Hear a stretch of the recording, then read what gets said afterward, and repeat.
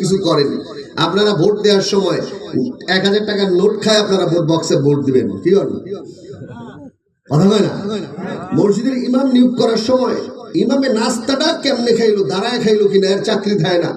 কারবারি দাওয়াত খাইলো, ওর চাকরি থাকে না।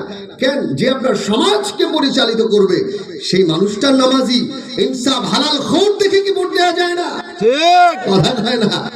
এই ওয়াশটা পরিবর্তন হবে না যতদিন পর্যন্ত মানুষ না হওয়া যাবে, যতদিন পর্যন্ত মানুষ না হওয়া যাবে। তো আল্লাহ আমাদেরকে মানুষ বানানোর জন্য যুগে যুগে নবী রাসূল পাঠিয়েছেন, যুগে যুগে নবী রাসূলদেরকে পাঠিয়েছেন। কেন? আমাদেরকে মেসেজ রিমাইন্ডার দেওয়ার জন্য। যুগে যুগে আল্লাহ আসমানি কিতাব দিয়েছেন। সর্বশেষ মহাবিশ্বের মহাবিশ্বয় মহাগ্রন্থ আল কোরআন আল্লাহ রাব্বুল আলামিন আমাদেরকে দিয়েছেন। আল্লাহ রাব্বুল আলামিন দেখেন আমাদের উপর কত বড় ইহসান করছেন।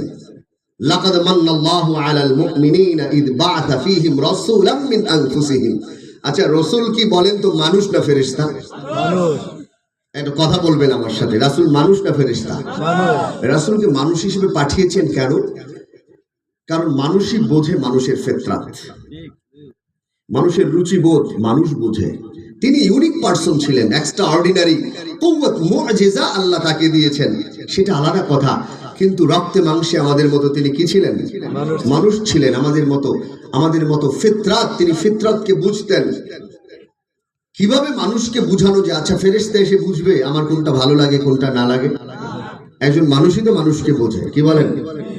তো আল্লাহ আমাদের মধ্য থেকে রাসূলকে পাঠিয়েছেন। এটা দেখেন, আল্লাহ লাকাদ মান্নাল্লাহু আলাল মুমিনিনা, এটা মুমিনদের উপর আল্লাহর অনেক বড় ইহসান, দয়া। আল্লাহর অনেক বড় দয়া। রাসূলকে পেয়ে আমরা খুশি না বেজার? খুশি না বেজার? যেদিন হাসরের ময়দানে সকল নবীরা ইয়া নাফসি করতে থাকবে, সেদিন আমার নবী সিজদায় পড়ে ইয়া উম্মতি করতে থাকবে। সুবহানাল্লাহ। আল্লাহ বলবেন আমার হাবিব ইরফা রাসাক, মাথাটা উঠান, সাল তুতা, সাল কি চাইবেন আমি দিয়া দিব, আজকে দেওয়া হবে। ওয়াশফা তুশাফা, আপনি সুপারিশ করেন, সুপারিশ আজকে গৃহীত হবে। আল্লাহ রাসূল মাথা উঠায় বলবে